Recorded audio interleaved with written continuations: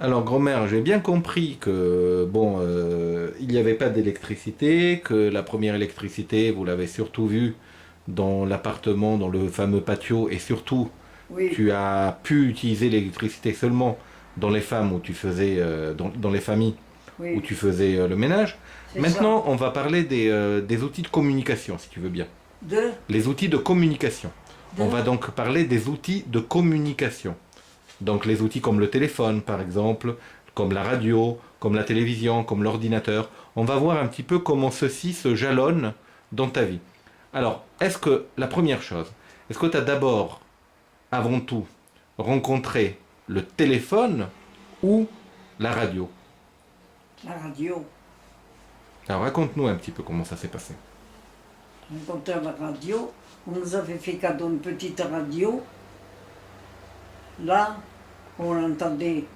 C'était un parent qui nous l'avait fait cadeau. Cette C'était en quel âge? À quelle année? en 1900.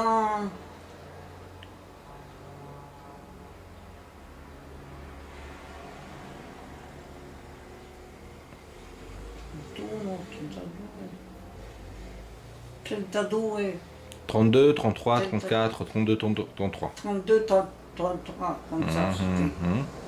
Alors un parent vous fait un Il cadeau, avait, donc la en radio. 1921, Mussolini, il a fait un discours, alors nous l'avons entendu à la radio. Il a Ah, déclaré la guerre. quelle La- guerre? Mussolini, Oui. le chef de l'État italien, Mhm. qui a déclaré la guerre à la France. En Et nous 1921, sommes devenus ennemis de la France. en 1921, ça m'étonnerait beaucoup.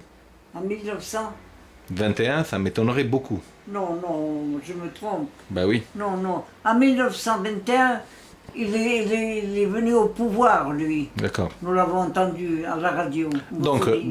la En première... 1921, donc moi j'avais euh, Bah t'as rien entendu. 16, j'avais 5 ans? 7 ans. Ah ben alors Non. c'est pas... c'est en 22.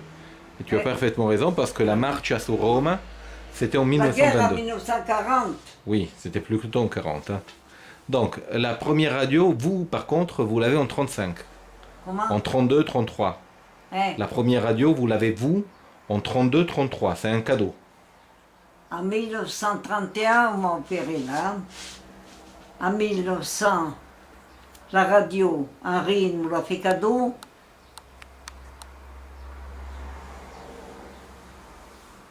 En 1932, tantôt 33, D'accord. la Et radio. alors, comment est-ce que c'était? C'était une surprise? C'était, vous étiez content? Qu'est-ce que vous faisiez avec cette radio? Bien sûr, on était content de voir une radio. Et- C'était la première radio qu'on avait vue alors. Tandis que la télévision, en 1957, D'accord, mais je veux rester sur la radio. Qu'est-ce que vous faisiez avec cette radio? comment? Comment vous utilisiez cette radio? Qu'est-ce que vous écoutez le plus? Les informations? C'était plutôt la Les musique? surtout les informations. La radio, c'était surtout pour vous informer? Oui, pour les informations. C'était pas comme maintenant qu'il y avait un tas de programmes, un tas de choses. C'était pas comme ça. Il y avait peu de choses. D'accord. Donc c'était les informations. Alors, et ton père aimait bien les informations, il écoutait beaucoup. Oui, il écoutait lui, beaucoup les informations. Alors, euh, tu nous as dit, tu nous as parlé, alors off champ, hors champ, tu as parlé de ce père. Comment tu te rappelles ton père? Quel souvenir as-tu de ton papa? Comment? Quel souvenir as-tu de ton père? Souvenir de mon père. Hmm. Ah, le plus beau souvenir de mon père, c'est quand il était à table avec nous. Mon père, quand on était dans les mines, tiens, j'oublie ça maintenant, hein. Quand on était dans les mines, qu'il n'y avait pas d'école, Hmm. mon père, quand il sortait du travail, il avait les cahiers, il nous faisait faire des devoirs. Ora me lo ricordo, vedi? Ci faceva fare i devoirs. mon père. De mon père, j'ai tous des beaux souvenirs. Vraiment, parce que c'était une personne vraiment de cœur, un bon père de famille. Il n'était pas méchant. Pardon? Il n'était pas méchant. Non, non, non. Ma mère, elle avait un caractère un peu trop nerveux. Mais mon père, ma mère, elle nous corrigeait avec des coups. Ils se disputaient tous les deux parce que mon père, il ne voulait pas qu'il nous gifle, qu'il nous... Tu comprends? Donc c'était lui la personne qui était le plus doux, on va dire, des deux. Hein? C'était la personne la plus douce, c'était lui par Oui. rapport au couple. Oui, oui, D'accord. oui, mon père. Et alors il vous faisait faire l'étude aussi. Hein? Il faisait faire aussi un petit peu de devoirs pour apprendre des choses. J'entends pas. J'ai dit, il vous faisait aussi faire des devoirs pour apprendre des choses. Oui. Mon père, à l'âge de 12 ans, il était orphelin de père et de mère. Il avait 12 ans, en Sardaigne, ça, hein. Oui, oui. La journée, il travaillait, et la nuit, il allait faire le berger, tu sais, les moutons, les tout petits. Eh bien, il étudiait, et il avait pris alors le certificat d'études. Que c'était un grand diplôme alors. Hein. Aujourd'hui, c'est rien du tout. Bien Mais sûr. alors, c'est un diplôme difficile à l'avoir. Bien sûr. Eh bien, mon père, il avait eu le certificat d'études. Et c'est lui qui nous donnait des leçons. D'accord. Alors, tu nous as parlé un petit peu de la radio. Vous écoutiez surtout les infos, donc la radio c'était surtout pour les informations. Quand est-ce que as-tu souvenir de quand est-ce que tu as téléphoné pour la première fois? Comment? As-tu souvenir de quand est-ce que tu as pris un téléphone pour la première fois? Quand est-ce que tu as téléphoné pour la première fois? Téléphone la première fois. Oh, attends que je me rappelle. Téléphone la première fois. Nous, à la maison, on n'avait pas eu de téléphone.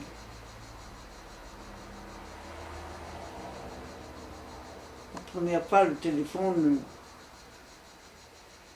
en 45 ou 44, je ne me rappelle pas, chez...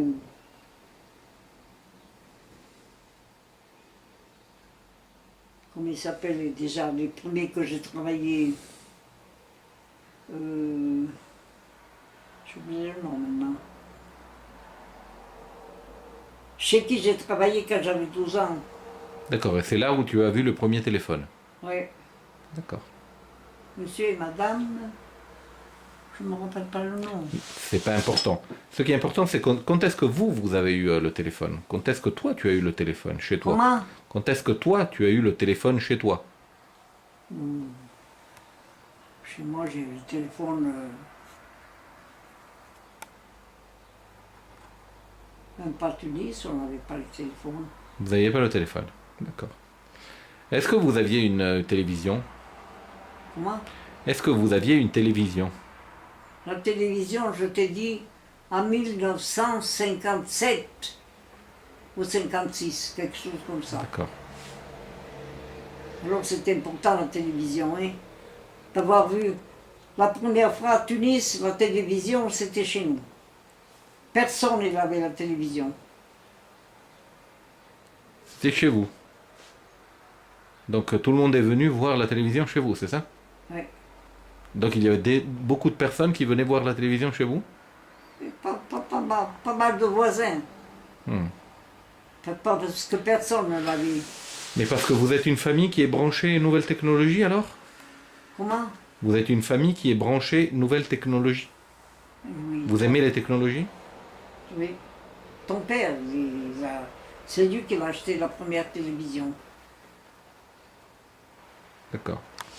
Est-ce que tu es allé... est-ce que tu as eu des disques, grand-mère? Est-ce que tu as eu des disques Tu avais un phonographe quand tu étais jeune, tu avais de quoi écouter les disques. Comment ça se passait? Comment?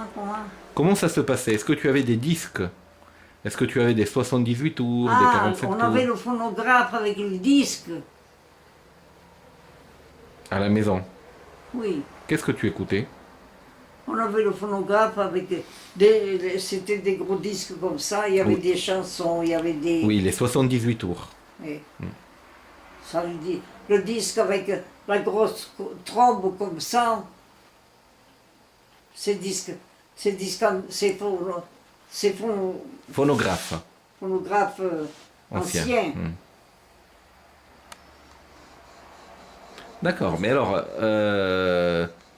il y a une période de l'histoire, donc à mon avis, la Première Guerre mondiale, tu dois être trop petite pour t'en souvenir, mais tu te souviens de la Deuxième Guerre mondiale?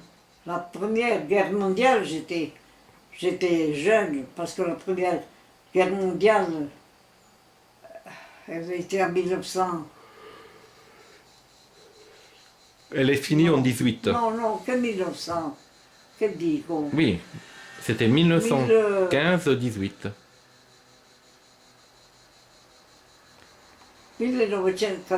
1914 18. et 18. Ma sœur, elle est née en 18, 1914, et mon beau-frère Efisio, il est né en 1914. D'accord, mais alors la Seconde Guerre mondiale, tu te la rappelles? La première, La deuxième, la deuxième, oui, je me rappelle. tu peux La nous raconter deuxième, un je petit me peu? rappelle, à Tunis, on s'est réveillé le matin et on a vu la ville occupée par les Allemands. La poste et tous les soldats allemands dans la ville. Alors, après, ils sont venus, il y avait les Allemands, ils sont venus les Américains bombarder. Mhm. On était en ville, nous, non? On était en ville, on a été se réfugier au Bardo d'Or de la ville de Tunis. C'était une villa du baron d'Anchal pour éviter les bombardements. Certes. Alors, et dans cette ville, ils sont venus occuper les Allemands. D'accord. Et nous, on avait l'appartement chez ma soeur, on était chez ma soeur. Mais là, on n'a pas eu de bombardement, rien. On allait en ville prendre du ravitaillement, non, parce qu'il fallait pas se ravitailler, hein. Les Allemands ils nous donné la soupe. Les Allemands n'étaient pas méchants avec vous? Ils ont occupé le château. C'était le château du baron d'Anchal. Mais ils étaient méchants, les Allemands. Eh bien, ceux-là, ils n'étaient pas méchants. Après, de là, ils passaient en retraite les Italiens qui passaient de Tripoli, Mhm. non? Mhm. Ils passaient les camions, tous des prisonniers, c'était. C'était tous des prisonniers italiens. Alors, ils nous lançaient des papiers écrits pour envoyer aux parents. Ils lançaient des papiers comme ça. Capito? Qui c'est qui les avait fait prisonniers? Qui c'est qui les a fait prisonniers? Mhm. Les Allemands. Ah ben, attends. Les Italiens étaient prisonniers des Allemands? Oui. Donc on est après 43 là. Après. Ils étaient prisonniers. Ils venaient de la Libye, ils venaient. Oui, donc s'ils étaient prisonniers des Allemands, c'était après 43. Après qu'il y a eu la rédiction italienne, le... Mais c'était, on était toujours occupés par les Allemands, nous, parce qu'on était dehors de la ville. il n'y a jamais eu les Américains qui sont arrivés. Après, les Allemands, ils ont été faits prisonniers par les Français. Par les Français. Et les Français, ils nous ont réquisitionné l'appartement parce qu'on était devenus ennemis de la France. Parce que Mussolini, il avait déclaré la guerre à la France, il s'était mis avec les Allemands. Donc qu'est-ce qui s'est passé dans ce cas-là? Alors on a été, chacun qui était réquisitionné l'appartement, et il devait se débrouiller, se loger où se loger. Nous, on était se loger sur une terrasse, une personne qu'on connaissait, il y avait une pièce, il y avait... Et pas ça. Ça a duré, le temps que ça a duré. Après, on t'a rendu l'appartement, mais les chaises, toutes les cassées, toutes... C'était pour les familles des militaires français qu'on réquisitionnait l'appartement. D'accord. Des Italiens. Ouais, ils avaient raison, on était devenus ennemis. Bon, très bien. Alors, Sans le vouloir, hein. sans le vouloir, toi, t'as jamais été ennemi de la France, Sans le vouloir. hein? T'es pas ennemi de la France, toi. Voilà. Non. Moi, je parle mieux le français que l'italien. Et puis, j'ai aussi l'accent par-dessus le marché. Eh ben oui. Donc, ok. Alors, qu'est-ce qui s'est passé après la guerre? Comment, enfin, la guerre, c'est aussi après l'après-guerre, c'est aussi toute une série de technologies qui arrivent, l'influence des Américains. Mon père avait beaucoup de disques, des Platters et autres. Il écoutait beaucoup Les d'anglais. Allemands, ils se sont comportés mieux que les Américains.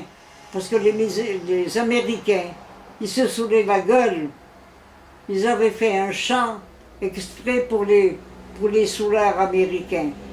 Ils avaient réquisitionné euh, un immeuble où on faisait des meubles, sur la terrasse. Mhm. De là-bas en haut, ils pissaient dans la rue, parce qu'ils étaient sous. Mais les Allemands ne se sont pas comportés comme ça, hein. Non. Oui, bon. Donc, ok. Bien sûr, qu'est-ce que tu veux, Mussolini a déclaré la guerre à la France quand les Allemands ils étaient déjà à 2 pas de Paris, occupés. C'était pas juste. Je comprends. Alors, qu'est-ce qui s'est passé après l'après-guerre? Alors, en 58, qu'est-ce qui s'est passé en 58? Hein? En 58, qu'est-ce qu'il s'est passé? En 56. En 58. Hein? En 58, qu'est-ce qu'il s'est passé? En 56. En 58. En 58. En 58, tu as Ah dit ben quoi? voilà. D'accord. Il n'y a pas eu une nouvelle technologie, mais une naissance. Et encore, je travaillais toujours. Et vous étiez au collège. Et je venais de Tunis, je venais dans le nord de l'Italie. Nona, qu'est-ce que tu en penses aujourd'hui de toutes ces technologies de la communication et notamment d'Internet? Qu'est-ce que tu en penses d'Internet? C'est devenu extra moderne tout ça maintenant. Maintenant qu'il y a les... Comment on l'appelle celui-là? Un ordinateur. L'ordinateur, tout ça maintenant, c'est hors concours tout ça. Et alors, qu'est-ce que tu en penses? C'est une mauvaise chose, la technologie? Comment? La technologie de la communication et Internet. C'est une mauvaise chose ou c'est une bonne chose? C'est une belle chose. Pourquoi? C'est une belle chose parce que tu vois des choses que tu n'as jamais vues. Qu'est-ce qui t'intéresse sur Internet? Est-ce que tu y vas de temps en temps sur Internet? Moi, je vois mes arrière-petits-enfants qui sont en France. Je parle avec eux. Eux, ils parlent avec moi. Moi, je suis leur arrière-grand-mère. Et ils parlent avec moi. Donc cette communication-là. Il t'est arrivé de chercher de l'information sur Internet ou pas? Comment? Il t'est arrivé de chercher de l'information sur Internet ou jamais? De chercher une information qui t'intéresse? Moi, je dis non, parce que moi, je n'ai pas des instructions assez élevées pour m'intéresser de tout ça. Pourquoi il faut une instruction? Ou est-ce que c'est un problème tout simplement d'âge, de culture? Comment? C'est peut-être un problème d'âge, de culture, parce que je t'assure que n'importe quel enfant, il maîtrise Internet, même s'il n'a pas une grande instruction. Je n'ai pas compris. J'ai dit, est-ce que c'est vraiment une question de culture, alors que c'est peut-être une question d'âge? Parce que tous les enfants maîtrisent Internet maintenant. Pour moi, c'est une histoire aussi de culture, non? Je ne sais pas, c'est ton idée.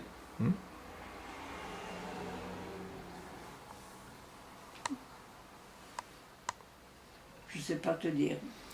Bon, qu'est-ce que tu veux dire aux personnes qui nous regardent et à tes peut-être à tes arrière-arrière-neveux qui ne t'auront jamais connu? Comment? Qu'est-ce que tu veux dire comme message d'espoir à tes arrière-arrière-petits-neveux Petits-enfants. petits-enfants qui naîtront après ta mort? Qu'est-ce que tu veux leur dire? Quel espoir devrait avoir pour l'humanité? Mes arrière-petits-enfants qui sont dehors. Qui ne sont pas encore nés, mais qui pourraient naître. Par exemple, les enfants... Mais- Tous mes neveux, et mes petits-enfants et mes arrière-petits-enfants, ils ont tous l'Internet. Non. Alors, je refais. C'est pas ça que je veux dire. Alors, je raccroche.